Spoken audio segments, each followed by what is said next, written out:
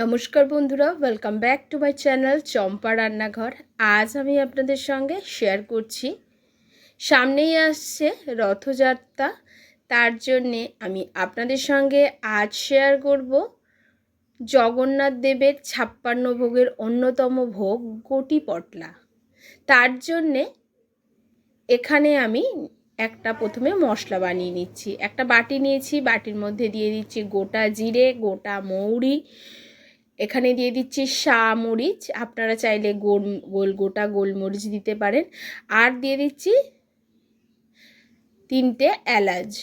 এবারে এই সমস্ত মশলাগুলোকে অল্প করে জল দিয়ে আমি ভিজিয়ে রাখবো। এটাকে সাইডে সরিয়ে রেখে এখন গটি পটলা বানানোর জন্যে আমি নিয়ে নিয়েছি পটল। আপনারা সবাই জানেন বন্ধুরা, 56 ভোগ খেতে কিন্তু খুবই সুস্বাদু আর খুবই স্বাস্থ্যকর হয়।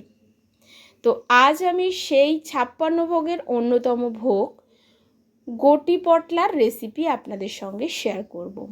তার জন্যে এখানে নিয়ে নিয়েছি কিছু পটল, আর পটলগুলোকে প্রথমে আমি খুব ভালো করে ধুয়ে পরিষ্কার করে নিয়েছি।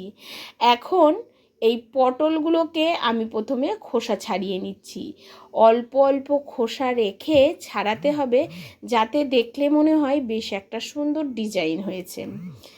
সমস্ত পটলগুলোকে ঠিক এইভাবে খোসা আমি অল্প অল্প রেখে ছাড়িয়ে নিচ্ছি। একটা পটল আপনাদেরকে আমি কেটে দেখিয়ে দিচ্ছি। এখন দেখুন খোসাটা বেশ ছাড়ানো হয়ে গেছে, আর অল্প অল্প খোসা রেখেই আমি ছাড়িয়েছি। এখন এর দু সাইডটাকে একটু কেটে নিলাম, নিয়ে পটলটাকে একটুখানি কাট করে নেব, চিড়ে নেব, যাতে এর মধ্যে পটলের মধ্যে খুব ভালোভাবে মশলা লবণ ঢুকে যায়। এবারে বন্ধুরা সমস্ত পটলগুলোকে ঠিক এইভাবে কেটে নিয়ে আমি ফিরে এসেছি। দেখুন, দেখে মনে হচ্ছে না একটা পটলের গায়ে বেশ সুন্দর ডিজাইন হয়েছে। এবারে যে মশলাগুলো আগে থেকে আমি ভিজিয়ে রেখেছিলাম, সেই মশলাটাকে বেটে নেব মিক্সির জারে। তার জন্যে দিয়ে দিচ্ছি 1/2 ইঞ্চি আদা কুচি। ওই যে মশলাগুলোকে, গোটা মশলাগুলোকে ভিজিয়ে রেখেছি, সেই মশলাটা দিয়ে দিলাম। আর দিয়ে দিচ্ছি বেশ কিছু নারকেল। এখানে মূল উপাদান নারকেল। নারকেল দিয়েই কিন্তু বন্ধুরা এই পটলা রেসিপিটি তৈরি হবে। এটাকে খুব ভালো করে মিহি পেস্ট আমি করে নেব। তবে পুরি ধামে কিন্তু এটা শিলেই বাটা হয়, আমি আমার সুবিধার্থে এটাকে মিক্সির জারে করে নিলাম। এখন যেহেতু ভগবানকে ভোগটা আমি নিবেদন করব, তার জন্য এখানে দেখুন কড়া নিয়ে নিয়েছি, আর কড়ার মধ্যে প্রথমে ওই কেটে রাখা পটলগুলোকে দিয়ে দিচ্ছি। এখনো পর্যন্ত গ্যাসের চুলাটা কিন্তু অন করিনি। এবারে ওই পটলগুলোর মধ্যে প্রথমেই আমি দিয়ে দিচ্ছি বেটে রাখা মশলাটা। ধাপে ধাপে দেব, খুব ভালো করে লক্ষ্য করে দেখবেন বন্ধুরা, তাহলে আপনারাও এই ঠাকুরের ভোগটা বানাতে পারবেন। এবারে এর মধ্যে দিয়ে দিচ্ছি পরিমাণ মতো একটু হলুদ গুঁড়ো যত সামান্য দেবেন, খুব বেশি দেওয়ার দরকার নেই। দিয়ে দিচ্ছি সন্দক লবণ। আপনারা সবাই জানেন ঠাকুরের ভোগ বানানোর জন্য সন্দক লবণ লাগে। আর দিয়ে দেবো এখানে একটু চিনি স্বাদের ব্যালেন্সের জন্য, তবে আপনারা এখানে গুড় ব্যবহার করবেন। প্রধান যে রেসিপিটি থাকে সেটাতে গুড় ব্যবহার করা হয়, তবে আমার কাছে গুড় ছিল না, ওর জন্য চিনি দিলাম। আর দিয়ে দিচ্ছি আগে থেকে জাল করা দুধ। এখানে অবশ্যই জলের পরিবর্তে দুধ ব্যবহার করতে হবে। আর সবার শেষে দিয়ে দিতে হবে গাওয়া ঘি।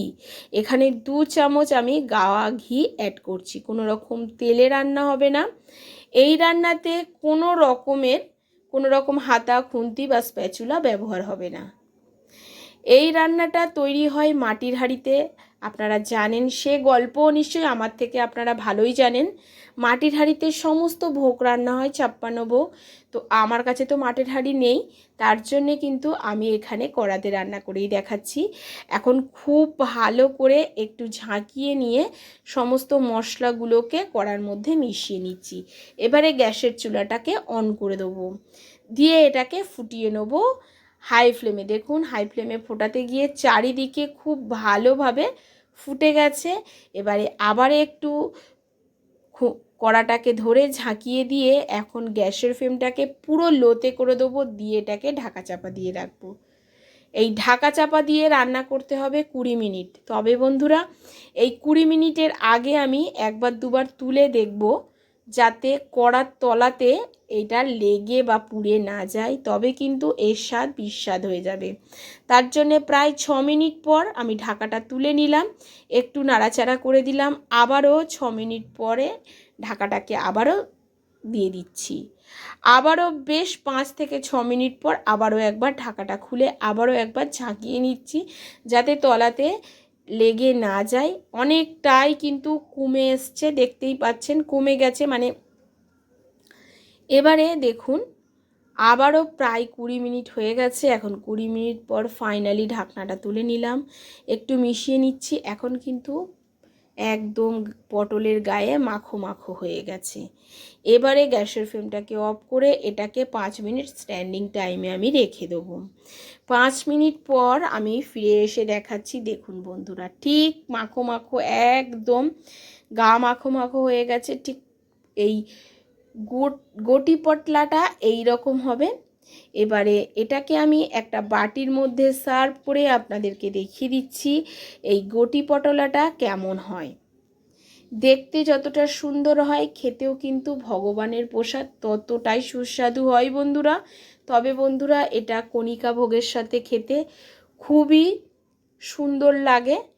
আমার আজকের এই জগন্নাথ দেবের 56 ভোগের অন্যতম ভোগ গোটি পটলা আপনাদের কেমন লাগলো অবশ্যই আমাকে কমেন্ট করে জানাবেন। যদি ভালো লেগে থাকে অবশ্যই একটা লাইক করবেন, শেয়ার করবেন, আর অবশ্যই আপনারাও এইভাবে ভগবানকে নিবেদন করতে পারেন। নমস্কার বন্ধুরা।